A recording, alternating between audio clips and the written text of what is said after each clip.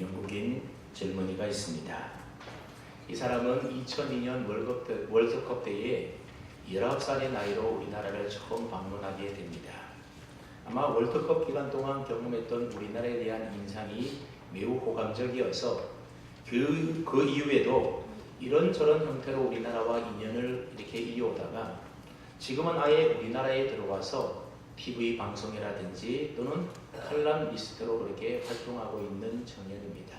아마 여러분들이 TV에서 보신 적도 있을 겁니다. 이 다니엘 투더는 우리나라와 관련된 여러 가지 책을 썼는데 그 중에 한 권이 기적을 이룬 나라, 기쁨을 잃은 나라라고 하는 제목의 책입니다. 이 책은 그가 10년 동안 우리나라에 살면서 영국 사람으로서 우리나라에 대하여 느끼고 배우고 알게 된 내용들을 기록해 놓은 책입니다. 영국 사람의 입장에서 볼 때에 우리나라라고 하는 것은 참으로 기적을 이룬 나라라고 하는 겁니다. 그도 그럴 것이 식민지에서 벗어나자마자 혹독한 전쟁을 치루었지만 그러나 폐허 속에서 먹을 것이 없어서 전전긍긍하던 온 나라 전체가 이제는 세계적으로 큰 경쟁력을 가진 세계 경제 대국의 반열에 올라섰기 때문입니다.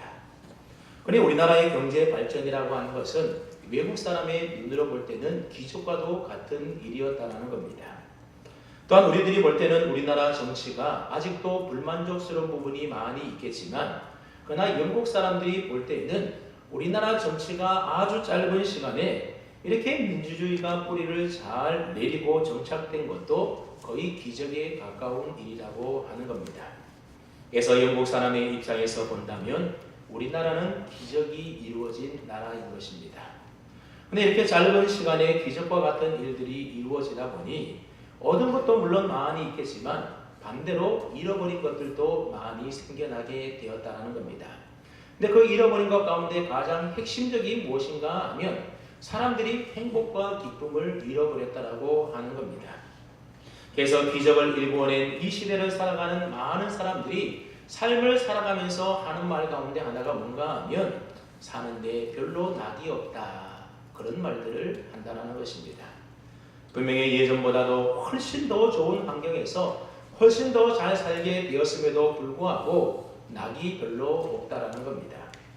여러분, 낙이 없다라고 하는 것은 기쁨이 없다 그 말 아니겠습니까? 그래서 책 제목이 뭔가 하면 기적을 이룬 나라, 기쁨을 잃은 나라. 기적을 이루었지만 그러나 기쁨을 잃어버리게 되었다는 겁니다. 다음엔 오늘 여러분들은 어떻습니까? 인생을 살아가면서 내 삶에는 별로 낙이 없다, 아무런 기쁨이 없다. 혹시 그러면서 삶을 살아가고 있지는 않습니까? 근데 오늘날 기쁨을 잃어버린 채 삶을 살아가고 있는 우리들이 참으로 부러워할 만한 한 사람이 오늘 본문 속에 등장하게 되는데 그 사람이 누군가 하면 우리가 잘 알고 있는 다윗 왕입니다. 오늘 본문 시편 4편은 다윗의 시입니다. 이 시편 4편은 다윗이 이스라엘 왕으로 있을 때 지은 시라는 것입니다. 우리가 다윗의 삶을 부럽다라고 한다는 것은 이 다윗이 지금 왕으로 있기 때문에 부럽다 그런 의미는 아닙니다. 시편을 연구하는 성경학자들에 따르게 되면 다윗이 이 시편 4편을 지을 때에 그 상황적 배경이 시편 3편과 동일하다 그렇게 주장을 합니다. 근데 시편 3편을 보게 되면 이 시를 어떤 배경 속에서 짓게 되는지 그 시의 배경에 대한 내용이 표지에 기록되어 있는데 여러분 한번 시편 3편을 한번 보십시오. 그 시편 3편 위에 보면 표자라고 해가지고 색깔 다르게 나타나 있는데 그 표지에 어떤 말이 기록되어 있습니까? 다윗이 그의 아들 압살롬을 피할 때 지은 시 그렇게 표제가 되어 있습니다.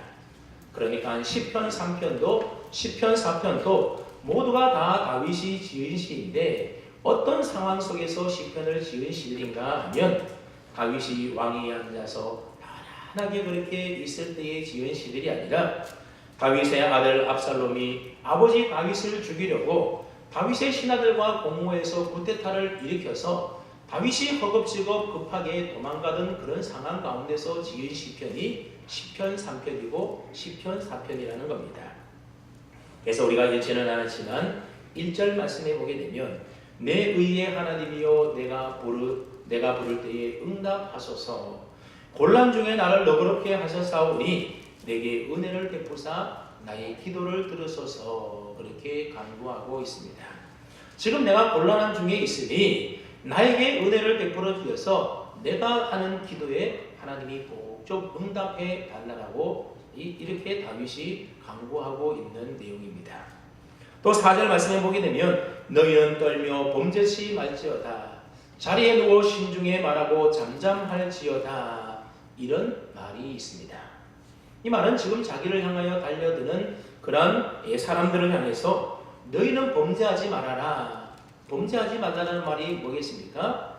노한 다윗을 죽이기 위해서 달려들지 말라 그런 말입니다. 그래서 너희는 범죄하지 말고 자리에 누워서 잠잠하라. 그렇게 다윗이 그들을 향하여 책망하고 있는 내용의 말씀입니다.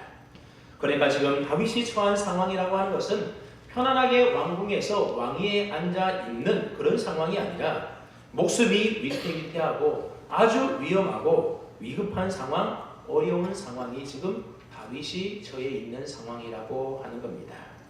그렇기 때문에 우리가 다윗이 부럽다라고 하는 것은 다윗이 왕위에 앉아서 왕으로서 누릴 수 있는 모든 부귀영화와 권력을 누리고 또 평안함을 누리고 있는 그 삶이 부럽다 그런 의미의 말이 아니라는 겁니다. 그다음 여러분 도대체 다윗의 무엇이 부럽다라는 것이겠습니까? 7절 말씀에 보면 다윗이 뭐라고 고백하는지 한번 보십시오. 7절 말씀에 보면 주께서 내 마음에 두신 기쁨은 그들의 곡식과 새 포도주가 풍성할 때보다 더하니이다. 그렇게 다윗이 고백을 합니다. 지금 다윗의 마음에 무엇이 있다고 말합니까? 주께서 내 마음에 두신 기쁨은 무엇이 있습니까? 기쁨이 있다라는 겁니다. 그리고 그 마음에 있는 기쁨은 조만한 기쁨이 아니라 상상할 수 없을 정도로 엄청난 기쁨이다. 그렇게 이야기를 합니다. 그 기쁨의 크기가 얼마나 큰 기쁨인지 비교하고 있는데 무엇과 비교해서 더 크다라고 이야기하고 있는가 하면 그들의 곡식과 새 포도주가 풍성할 때보다도 더 큰 기쁨입니다. 그렇게 말하고 있습니다. 여러분 여기서 말하는 곡식과 새 포도주의 풍성함이라고 하는 것은 사람들이 세상에서 누릴 수 있는 가장 큰 기쁨을 표현하는 의미의 말입니다. 여러분 농부가 1년 동안 농가밭에 나가서 열심히 땀 흘려 수고하고 애를 써서 이제 가을이 되어 추수할 때에 그 풍성한 결실을 바라보는 이 농부의 기쁨을 우리가 어떻게 말로 다 표현할 수가 있겠습니까? 그러니까 곡식과 새 포도주의 기쁨이라고 하는 것은 우리 사람들이 이 세상을 살아가면서 누릴 수 있는 가장 큰 기쁨을 표현하는 말이다. 그렇게 볼 수가 있는 겁니다. 요즘으로 좀 바꾸어서 말하면 대학 시험을 준비한 자녀가 오랫동안 준비하여 좋은 대학에 들어가 합격했다라고 하는 그런 소식을 듣는 기쁨을 말하는 겁니다. 자녀가 취직이 잘 되지 않아서 고생하며 애를 쓰다가 드디어 좋은 직장에 취업하게 되었다라고 하는 그런 좋은 소식의 기쁨을 말하는 겁니다. 4년 동안 올림픽을 준비하면서 애쓰며 수고한 선수가 올림픽 경기에서 금메달을 딴 그런 기쁨이 바로 오늘 본문에서는 곡식과 새 포도주가 풍성한 기쁨이다. 그렇게 표현하고 있는 겁니다. 근데 지금 다윗은 세상에 살면서 누리게 되는 가장 큰 기쁨인 곡식과 새 포도주가 풍성할 때보다도 더 큰 기쁨이 내 마음속에 있다. 그렇게 고백을 하고 있는 겁니다.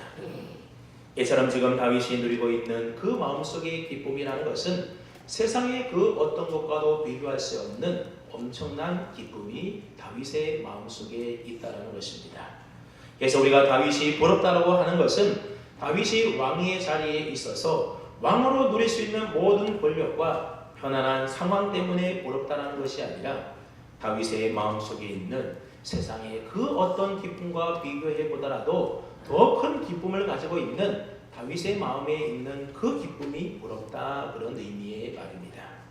그 다음에 여러분 다윗의 마음속에 있는 우리가 도무지 측량할 수 없는 이 기쁨이라는 것은 무엇을 말하는 것이겠습니까? 말씀드린 대로 지금 다윗이 처해 있는 상황을 볼 때에 이 기쁨은 곡식과 새 포도주의 풍성함과 같은 그런 세상적인 기쁨이 아니라는 것을 알 수가 있습니다. 지금 다윗이 누리는 기쁨이 무엇인가에 대해서는 7절 앞부분에 분명하게 설명해 주고 있는데 7절 앞부분은 한번 보십시오. 주께서 내 마음에 두신 기쁨, 그렇게 표현하고 있습니다.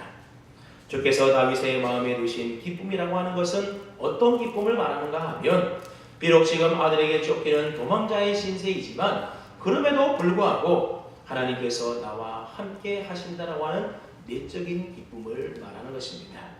그래서 내 모든 사정과 형편을 다 아시는 그 하나님께서 내 기도를 들으시고 응답해 주시고 그래서 나를 도와주시고 나를 지켜 보호하여 주시고 이 환난에서 나를 구원해 주실 것이라고 하는 하나님을 향한 확신 가운데서 나온 영적인 기쁨이라고 하는 것입니다. 지금 비록 곡식과 새 포도주는 없지만 그것을 능가하는 하나님이 주시는 초월적인 기쁨, 절대적인 기쁨, 이 영적인 기쁨을 다윗이 누리고 있다는 것입니다. 그러니까 다윗이 누리고 있는 이 기쁨을 한마디로 말하면 오직 믿음 안에서 하나님과의 그 사랑의 관계 속에서 누리는 영적인 기쁨이다, 그렇게 말할 수 있는 겁니다. 여러분, 기쁨이라고 해서 모든 기쁨들이 다 똑같은 기쁨이 아니라 기쁨에도 몇 가지 차원들이 있다는 것입니다. 일반적으로 보통 사람들은 자신이 갖고 싶은 것을 갖게 되었을 때에 혹은 무엇인가 큰 선물을 받게 되었을 때에 그럴 때에 기뻐하지 않습니까? 즉 손에 무엇인가를 쥐게 되었을 때에 그 물질적인 것으로 인하여서 사람들은 기뻐한다는 겁니다. 그런데 여러분, 기쁨에는 물질적인 기쁨만 있는 것이 아니라 정신적인 기쁨, 철학적인 기쁨도 있기 마련입니다. 잘 모르던 것을 깨달아 알게 되었을 때도 우리는 큰 기쁨을 얻게 되는 겁니다. 그런가 하면 무엇인가 바라던 것을 이루고 성취했을 때 누리게 되는 기쁨도 있지 않습니까? 그러나 그런 기쁨과는 차원이 다른 가장 큰 기쁨이 있는데 그 기쁨은 바로 사랑의 기쁨입니다. 이 사랑의 기쁨이라는 것은 내가 누군가를 사랑하고 누군가로부터 내가 사랑을 받고 있다라고 하는 이 관계적인 기쁨을 말하는 것입니다. 여러분, 우리가 해마다 설이나 추석과 같은 명절이 되게 되면 수많은 사람들이 명절을 보내기 위하여 고향을 찾게 됩니다. 그래서 명절이 기쁜 것은 선물을 주고 받아서 기쁜 것이 아니라 사랑하는 부모, 형제, 사랑하는 내 자녀들을 만나기 때문에 그래서 명절이 좋고 행복하고 기쁜 것 아니겠습니까?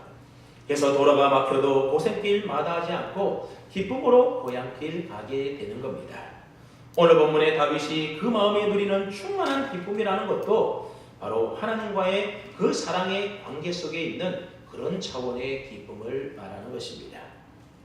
그런데 여러분, 다윗의 마음속에 있었던 주께서 주신 이 기쁨은 어느 누구도 누릴 수 없는, 그래서 나와는 아무런 상관이 없는 다윗만 가지고 있었던 특별한 기쁨이다. 다윗과 같은 정도 사람이 되니 그런 기쁨을 누릴 수 있지 그런 기쁨 나는 누릴 수 없다, 그렇게 생각해서는 안 된다는 겁니다. 여러분, 다윗의 마음속에 있었던 그 충만한 기쁨은 다윗만 누렸던 기쁨이 아니라 우리가 성경을 읽어보게 되면 신약 성경에 사도 바울도 그러한 기쁨을 누렸음을 알 수가 있습니다.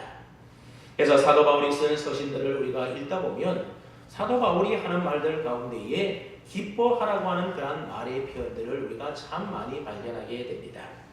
특별히 사도 바울이 감옥에 쓴 옥중 서신 가운데 하나인 빌립보서를 읽어보게 되면 사도 바울은 감옥에 갇혀 있으면서도 감옥 밖에 있는 사람들을 향하여 뭐라고 말하는가 하면 내가 기뻐하니 너희도 기뻐하라, 그런 말을 하고 있다는 겁니다.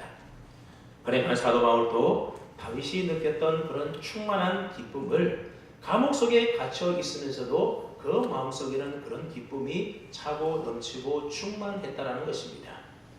이처럼 오늘 본문의 다윗이 곡식과 새 포도주가 없는, 그래서 도무지 기뻐할 수 없는 상황 속에서도 그가 기뻐할 수 있었던 이 기쁨이라고 하는 것은 다윗뿐만 아니라 사도 바울도 누렸던 기쁨이라는 것입니다. 뿐만 아니라 다윗도 느끼고 사도 바울도 느꼈던 이 기쁨은 예수님께서 제자들에게 주시기를 간절히 원하셨던 아주 중요한 일이었다라고 하는 겁니다. 그래서 요한복음 16장 24절 말씀에 보면 예수님께서 제자들에게 뭐라고 말씀하시는가 하면 지금까지는 너희가 내 이름으로 아무것도 구하지 아니하였으니 구하라 그리하면 받으리니 너희 기쁨이 충만하리라 그런 말씀이 나옵니다. 그러니까 예수님께서 제자들에게 주시기를 간절히 원하셨던 것도 충만한 기쁨이라는 것을 우리가 알 수가 있습니다. 그러므로 본문 속에서 다윗이 누리고 있는 주께서 내 마음에 두신 이 기쁨이라고 하는 것은 다윗만이 특별하게 느꼈던 기쁨이 아니라 다윗도 누렸고 사도 바울도 누렸고 그리고 예수님께서 제자들에게 주시기를 간절히 원하셨던 기쁨이고 더 나아가서 오늘 예수 믿는 저와 여러분들도 반드시 받아 누려야 되는 기쁨이라고 하는 사실을 오늘 저와 여러분들이 꼭 알 필요가 있다는 것입니다. 여러분 저와 여러분들이 예수님을 믿는다고 해서 세상의 곡식과 새 포도주가 우리의 삶에 더 풍성해지는 것은 아닙니다. 오히려 어쩌면 예수님을 믿고 난 이후에 우리의 삶에 곡식과 새 포도주가 더 풍성해지지 않는 경우들도 있다는 겁니다. 사실은 예수님을 믿는 것은 곡식과 새 포도주가 풍성해지는 것과 그리 관계가 없을 수도 있습니다. 그러나 우리가 예수님을 믿게 되면 곡식과 새 포도주의 풍성함과는 관계없지만 오늘 다윗이 누리고 있는 그 충만한 기쁨은 누구나가 다 예수 믿는 사람이라면 누릴 수가 있다는 겁니다. 이 충만한 기쁨을 누리며 살아가는 사람이 정말로 예수님을 제대로 잘 믿는 믿음의 사람들이라는 것입니다. 예수님을 믿지 않는 세상 사람들이 원하는 곡식과 새 포도주라고 하는 것은 있으면 기쁘지만 없으면 슬프고 괴롭게 되는 겁니다. 그러나 하나님을 믿는 사람들이 누리는 이 믿음의 기쁨이라고 하는 것은 그런 차원이 아니라는 겁니다. 오늘 본문에 다윗이 누렸고 사도 바울이 누렸고 또 예수님의 제자들이 누렸던 그 충만한 기쁨이 오늘 저와 여러분들이 누려야 될 기쁨인 줄로 믿으시기를 바랍니다. 그다음 여러분 이제 우리가 좀 생각해 봐야 되지 않겠습니까? 과연 저와 여러분들에게 이 기쁨이 있느냐라는 것입니다. 다윗은 아들이 관역 중에 도망하는 중에도 그래서 곡식과 포도주가 하나도 없는 그런 상황 가운데서도 세상적으로 볼 때는 아무런 기쁨도 누릴 수 없는 그런 상황 가운데서도 주께서 내 마음에 두신 기쁨은 그 어떤 기쁨보다도 더 큽니다라고 감격하는 그런 기쁨이 오늘 저와 여러분들에게도 있어야 된다는 겁니다. 만약 그렇지 않다고 한다면 우리가 예수님을 믿고 신앙생활을 하면서도 도대체 내 삶에는 아무런 낙도 없다, 아무런 기쁨도 없다, 혹 그렇게 살아가고 있지 않은지를 한번 점검해 보라는 것입니다.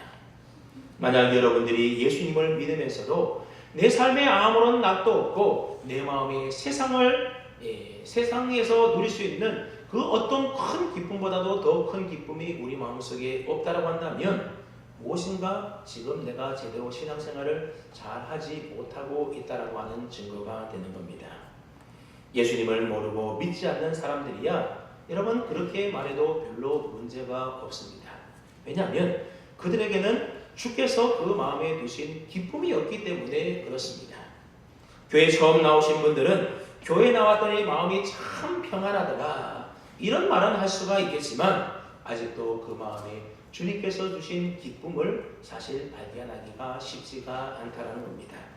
그러나 예수 그리스도를 나의 주님으로 고백하고 이렇게 예배드리며 믿음의 삶을 살아가는 그런 우리 믿음의 사람들이 주께서 내 마음에 두신 그 기쁨을 알지 못한 채 나는 살아도 내 삶에 아무런 낙이 없다. 세상의 여러 가지 어려움과 공고한 일들 때문에 늘 우울하고 슬프고 괴롭고 힘든 삶을 살아간다라고 한다면 여러분 그러한 그리스도의 삶은 뭔가 좀 문제 있는 삶이라고 하는 겁니다. 여러분 예수님을 믿어도 별 낙이 없다. 그렇게 느낄 수밖에 없는 이유가 무엇 때문이겠습니까? 그 이유는 별로 어렵지가 않은데 예수님을 믿고 신앙의 삶을 살아도 주 안에서 특별한 기쁨을 우리가 누리지 못한다라고 하는 것은 아직도 삶을 살아가면서 세상의 곡식과 새 포도주의 풍성함에서 우리가 기쁨을 발견하려고 하고 거기서 기쁨을 찾고자 하기 때문에 그렇다는 겁니다. 우리가 아무리 예수님을 잘 믿는다 하더라도 세상의 기쁨인 곡식과 새 포도주에서 기쁨을 찾는다고 한다면 주께서 우리 마음에 두신 그 기쁨을 누릴 수가 없게 되는 겁니다. 저와 여러분 한번 우리 자신의 모습을 가만히 한번 생각해 보십시오. 아마 지나간 한 주간 동안 여러분들이 삶을 살아가면서 어떤 분은 틀림없이 기쁘고 행복한 순간이 있어서 한 주간 동안 즐겁고 행복하고 기쁘게 지낸 사람이 있는 반면에 또 어떤 분들은 슬프고 괴롭고 힘들게 지낸 그런 분들도 아마 있으리라 생각됩니다. 그렇다면 여러분들의 마음이 왜 기쁘고 행복했습니까? 반대로 여러분들의 마음이 왜 슬프고 우울하고 괴로웠습니까? 아마 대부분의 경우는 마음에 기쁨이 있으신 분들은 무엇인가 바라고 원하는 것이 이루어졌기 때문에 아마 기쁘고 행복했으리라 생각됩니다. 반대로 슬프고 괴로웠던 분들은 무엇인가 바라는 것이 제 뜻대로 잘 이루어지지 않고 또 좋지 않은 일들이 있었기 때문이 아닐까 생각해 봅니다. 아마 그렇게 느끼는 것이 당연할 겁니다. 그런데 여러분, 그 정도 차원의 기쁨과 그 정도 차원의 슬픔과 괴로움이라고 하는 것은 예수 믿지 않는 세상 사람들도 다 느끼는 그런 똑같이 느끼는 감정이지 않겠습니까? 우리가 정말로 예수님을 제대로 믿는 믿음의 사람들이라고 한다면 그들과는 뭔가 차원이 좀 달라야 한다는 것입니다. 여러분, 우리가 즐겨부리는 복음성가 가운데에 사람을 보며 세상을 볼 때에 만족함이 없었네, 여러분 그는 찬양이 있지 않습니까? 그 가사의 내용처럼 정말로 그렇습니다. 사람을 바라보고 세상을 볼 때는 거기에는 만족함이 있을 것처럼 보이지만 결코 거기에는 만족함이 없다라는 겁니다. 앞서 서론에서도 이야기했지만 우리나라가 얼마나 큰 기적을 이룬 나라입니까? 예전보다도 얼마나 우리의 삶이 풍요로워졌고 얼마나 더 살기 좋아졌습니까? 그러니 누가 보더라도 우리나라에는 만족이 있고 기쁨이 넘쳐야 될 것 같은데 실상은 기쁨을 잃어버린 나라가 되고 말았다는 겁니다. 무슨 얘기입니까? 그러니까 세상에서 누리는 곡식과 새 포도주의 풍성함과 같은 것으로 우리가 기쁨을 누리려고 하면 결코 거기에서는 참된 만족함도 누리고 없고 참된 기쁨도 누릴 수 없다, 그런 말입니다. 그러니까 오늘 저와 여러분들이 예수님을 믿으면서도 도대체 내 삶에는 아무런 낙이 없다, 그런 삶을 살아가는 중요한 이유가 무엇인가 하면 여전히 우리의 인생의 기쁨을 세상의 기쁨, 곡식과 새 포도주가 풍성한 것에서 우리의 기쁨을 찾고자 하기 때문에 그렇다라는 겁니다. 그럼 여러분, 오늘 이 시간 저와 여러분들이 하나님께 예배드리면서 하나님을 믿는 믿음과 예수 그리스도 말미암아 구원받은 이 믿음의 가치에 대하여 다시 한번 깊이 잘 생각해 볼 필요가 있습니다. 왜냐하면 기쁨은 그 가치를 깨달을 때에만 제대로 그 기쁨을 누릴 수가 있기 때문에 그렇습니다. 여러분, 오래전 아프리카에서 이런 일이 있었다고 하지 않습니까? 한 선교사님이 아프리카에 선교를 가게 되었는데 원주민 아이들이 노는데 보니까는 반짝거리는 돌멩이를 가지고 마치 우리나라 공기놀이 하는 것처럼 막 가지고 놀더라는 겁니다. 그래서 가까이 가봤더니 그 반짝거리는 돌멩이가 다 다이아몬드라는 겁니다. 여러분, 눈앞에 있는 아무리 큰 다이아몬드가 있다 하더라도 그것의 가치를 모르는 사람에게는 그저 반짝거리는 돌멩이에 불과한 것입니다. 마찬가지로 우리가 가치를 제대로 알아야만 그 가치로 인하여 큰 기쁨을 누릴 수가 있게 되는 겁니다. 오늘처럼 이렇게 예배를 드리고 예수님을 믿는 믿음의 삶을 살면서도 그 마음에 충만한 기쁨이 없다라고 한다면 다시 한번 잘 묵상해 보기를 바랍니다. 내가 하나님께 받은 그 은혜와 사랑의 가치가 얼마나 큰지를 우리가 제대로 깨닫지 못하게 되면 하나님이 아무리 큰 은혜와 사랑을 우리에게 주셔도 그 가치를 모르기 때문에 그 기쁨을 누릴 수가 없게 되는 겁니다. 여러분, 생각해 보십시오. 죄인된 나를 위하여 십자가에서 대신 죽으시고 나를 구원해 주신 그 주님의 십자가 은혜에 대해서, 또 변함없는 사랑으로 언제 어디서나 나와 함께 계셔서 나를 지켜 보호하여 주시고 모든 것을 합력하여 선을 이룰 수 있도록 인도해 주시는 그 하나님 아버지의 사랑에 대하여 우리가 한번 그 가치에 대하여 잘 묵상해 봐야 되지 않겠습니까? 그래서 내가 하나님의 사랑받는 자녀가 된 것, 죄에서 구원받은 하나님의 백성이 된 것, 이 영적 가치에 대해서 우리가 분명히 깨닫고 그 가치를 알아야 된다는 겁니다. 그럴 때에 하박국 선지자가 고백했던 것처럼 비록 무화과 나무가 무성하지 못하고 포도나무에 열매가 없고 감람나무에 소출이 없고 밭에 식물이 없고 또 우리의 양이 없고 외양간에 소가 없을지라도 이 세상의 기쁨인 곡식과 새 포도주의 풍성함이 하나도 없다 할지라도 이것저것 다 기뻐할 만한 일이 아무것이 없다 하더라도 나는 여호와로 인하여 즐거워하며 나를 구원하여 주신 그 구원의 하나님으로 인하여 기뻐하리로다. 이렇게 고백할 수 있도록 주께서 내 마음에 두신 이 기쁨을 우리 모두가 다 깨닫고 회복해야 된다는 겁니다. 그래서 다윗처럼 사도 바울처럼 예수님의 제자들처럼 세상의 그 어떤 기쁨보다도 더 큰 기쁨인 주께서 내 마음에 두신 그 기쁨을 우리 모두가 소유할 수 있어야 됩니다. 왜냐하면 그 기쁨이 능력이기 때문에 그렇습니다. 그 능력이 우리의 삶의 환경을 초월해서 언제 어디서나 우리가 기뻐하며 감사할 수 있는, 그래서 영적으로 풍요로운 삶을 우리들이 살아갈 수 있게 되는 겁니다. 여러분 오늘 본문 8절 말씀에 보면 다윗의 놀라운 고백이 기록되어 있는데 우리 한번 8절 말씀을 뜻을 잘 생각하면서 함께 읽습니다. 8절입니다. 시작.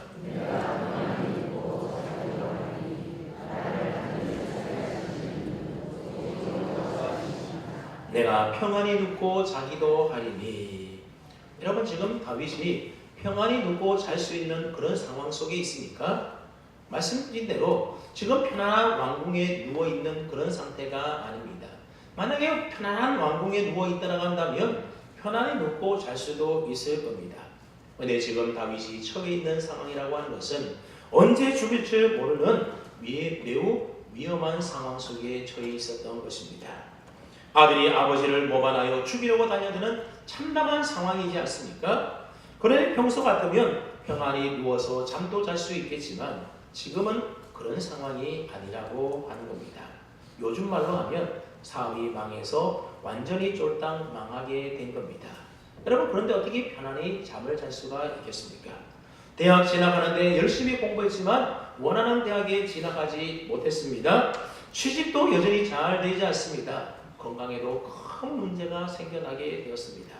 그래서 이런저런 걱정, 근심, 염려가 많아서 밤에 도저히 잠을 이루지 못할 여러분 그런 일들이 오늘 우리의 삶에도 얼마나 많이 있습니까? 지금 다윗의 상황이 그런 상황보다 더 심하면 심했지 못한 상황이 아니라는 겁니다. 그러니 어떻게 평안히 눕고 잠을 잘 수가 있겠습니까? 그런데 지금 다윗은 뭐라고 고백합니까? 내가 평안히 눕고 자기도 하리니. 평안히 누워서 잠을 잔다는 겁니다. 여러분 다윗이 어떻게 이 일을 가능할 수가 있었겠습니까? 다윗의 성격이 너무나도 낙천적이었기 때문에 이럴 수 있는 것입니까? 그렇지가 않습니다. 8절 하반절 말씀에 오게 되면 그 이유가 기록되어 있는데 나를 안전히 살게 하시는 이는 오직 여호와이시리이다. 왜 평안히 눕고 잔다라는 겁니까? 지금 압살롬의 군대가 다윗을 죽이기 위해서 달려와도 하나님께서 다윗을 지켜보아여 주셔서 안전히 살도록 해 주실 것을 다윗은 분명히 믿었기 때문에 평안히 눕고 자기도 했다라는 겁니다. 그러니까 앞서 이야기했던 대로 다윗의 마음속에는 자신을 구원해 주신 하나님으로 인하여 그 믿음으로 인하여 누리는 기쁨이 충만했던 것입니다. 주께서 내 마음에 두신 그 충만한 기쁨 때문에 평안히 눕고 잘 수도 있었다는 것입니다. 그러면 여러분 지금 불안정하고 위급한 다윗의 삶의 상황이 있어서 그 모든 것을 이기고 극복할 수 있는 능력이 무엇이었다는 겁니까? 그 능력은 바로 하나님을 향한 절대 믿음에서 나오는 주께서 내 마음에 두신 그 기쁨으로 충만했기 때문이라는 것입니다. 지금까지는 다윗의 삶에 있어서 무엇이 능력이었겠습니까? 다윗을 따르는 많은 군사들이 다윗의 능력이었을 것입니다.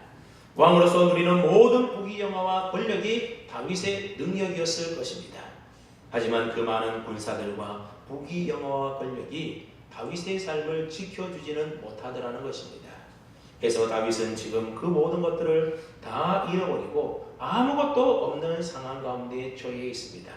그러나 모든 것을 다 잃어버린 것과 같은 그러한 상황 속에서도 다윗은 자신에게 있는 진짜 능력이 무엇인지를 깨달아 알게 되었는데, 그 능력은 바로 하나님이 자신과 함께 계시고, 지금 비록 상황은 어렵고 곤란하고 위험한 상황 가운데 있지만 그 상황 속에서도 하나님이 지켜보시고 자신을 구원해 주신다라고 하는, 그래서 하나님이 자신의 마음속에 두신 하나님 향한 절대 믿음의 그 기쁨이라는 것을 깨달아 알게 된 것입니다.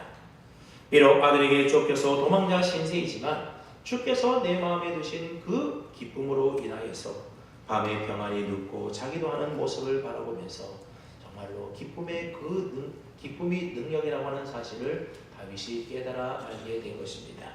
자녀들 여러분, 오늘 저와 여러분들이 주께서 내 마음에 두신 그 기쁨을 저와 여러분 모두도 다 회복할 수 있기를 바랍니다. 왜냐하면 그 기쁨은 단순히 감정적으로 기뻐하는 차원이 아니라 주께서 내 마음에 두신 기쁨을 느끼며 누리며 살아가는 사람이 바로 능력 있는 삶을 살아갈 수 있기 때문에 그렇습니다. 그러므로 삶을 살아가면서 주께서 내 마음에 두신 이 기쁨을 우리가 누리지 못하며 살아간다라고 한다면 그러한 그리스도인들은 참으로 안타까운 그리스도인들입니다. 그리스도인으로서 삶을 살아가면서 곡식과 포도주의 풍성함 속에서만 우리가 기쁨을 찾으려고 한다면 그것은 잘못된 그러한 기쁨을 찾는 것입니다. 오늘 이 시대를 살아가는 사람들은 남녀노소 세대를 초월해서 모두가 다 기쁨을 쫓으며 살아갑니다. 기쁨을 얻으려고 애를 씁니다. 그러나 그 결과는 무엇입니까? 세상 속에서는 아무런 낙이 없다라고 하는 그것이 결론이지 않습니까? 여러분, 세상은 그렇습니다.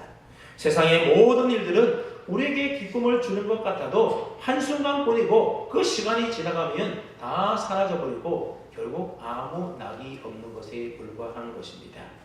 아무리 좋은 옷을 사도, 좋은 자동차를 사도, 좋은 집을 장만한다 하더라도 그 기쁨이라고 하는 것은 단 일순간뿐이며 얼마 가지 못한다는 사실을 우리가 잘 알고 있지 않습니까?